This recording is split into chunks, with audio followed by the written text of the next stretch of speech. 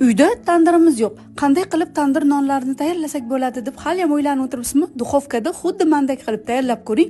Xuddi tandirda tayyorlagandek bo'lib chiqadi. Aynan shu usulda tayyorlab ko'ring. Tandirda umuman non yopmay qo'yasiz. Avval retseptga bittagina like bosib qo'ying. Go'sht va piyozlarni videoda ko'rsatilgandek qilib to'g'rab, tuz va ziravorlar solamiz. Tog'arani gazga qo'yib, kerakli sut, sariyog' va oddiy semichka yog'ini solib, yaxshilab aralashtirib olamiz. Tabga ko'ra tuz solib, ustidan un va drojani solib, xamir qorishni boshlaymiz. Yumshoqqina qo'lga yopishadigan xamir tayyorlab olamiz. Xamirning usti qotib qolmasligi uchun ustini yog'lab, issiqqina joyiga paketlarga o'rab olib qo'yamiz. Xamirni ozginagina oshirib olamiz. Oshgan xamirni zuvalachalarga bo'lamizda va videoda ko'rsatilgandek qilib bo'lib olamiz. Xamir yopishqoqroq bo'lgani uchun ozgina un yordamida yoysangiz osongina yoyiladi. Tuxumni oqidan va sarig'idan ajratib olamiz. Tayyor yoyilgan nonning ustiga tuxum oqini surib chiqamiz. Avvaldan qizdirilgan qaynoq lisga tuxum oqi surilgan tarafini nonni qo'yamizda, ustidan chekish uramiz va tuxum sarig'ini surib chiqamiz. Duxovkaga listni xuddi videoda ko'rsatilgandek qilib teskarisini qo'yib chiqamiz. Xuddi tandirda pishgandek bo'lib nonlaringiz qarsillab pishadi. Agar sizga retsept yoqqan bo'lsa, tandir yo'q, lekin nonni yaxshi ko'radigan yaqinlaringizga yuborib qo'ying. Ishtahangiz ochilsa,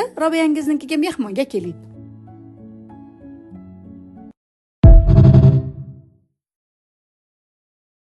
Salatlarni oddiygina likopchaga solib qo'ymasdan, shunday dekorlarga solib, dasturxonga tortsangiz, hammani lol qoldirasiz. Ha mayli, dekorga qo'shib salatini ham o'rgatib qo'yamiz. Muzlatkichingizda turgan kolbasa mahsulotini turburcha shaklda to'g'rab olasiz. Tuzlangan bodring va qaynatib pishirilgan tuxumni ham xuddi shu shaklda to'g'rab olasiz. Konservalangan jo'xori va yaxshi ko'rib yeydigan kereshkingizni solasiz. Ozginagina mayonezga hamma mahsulotni solib aralashtirasiz. 15 daqiqada dekor ham salat ham tayyor bo'ladi. Albatta tayyorlab ko'ring va yaqinlaringizga yuborib qo'ying. Yurakchani bosib sahifamga obuna bo'ling. Ishtahangiz ochilsa, Robiyangizningga mehmonga keling.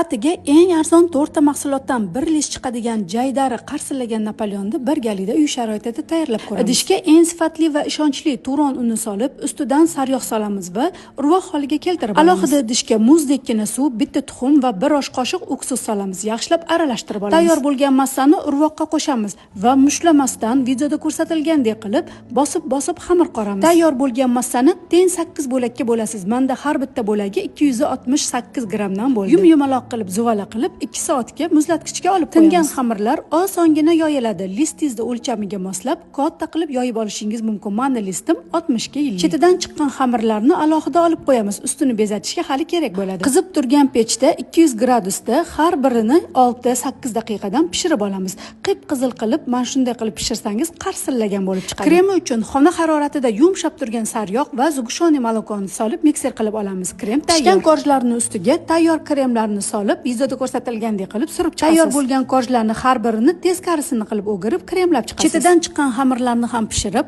maydalab ustini bezatamiz. Eng oson va mazali jaydari Napoleon tayyor bo'ldi. Agar sizga retsept yoqqan bo'lsa, like bosib yaqinlaringizga yuborib qo'ying. Ishtahangiz ochilsa, Robiyangizningkiga mehmonga keling.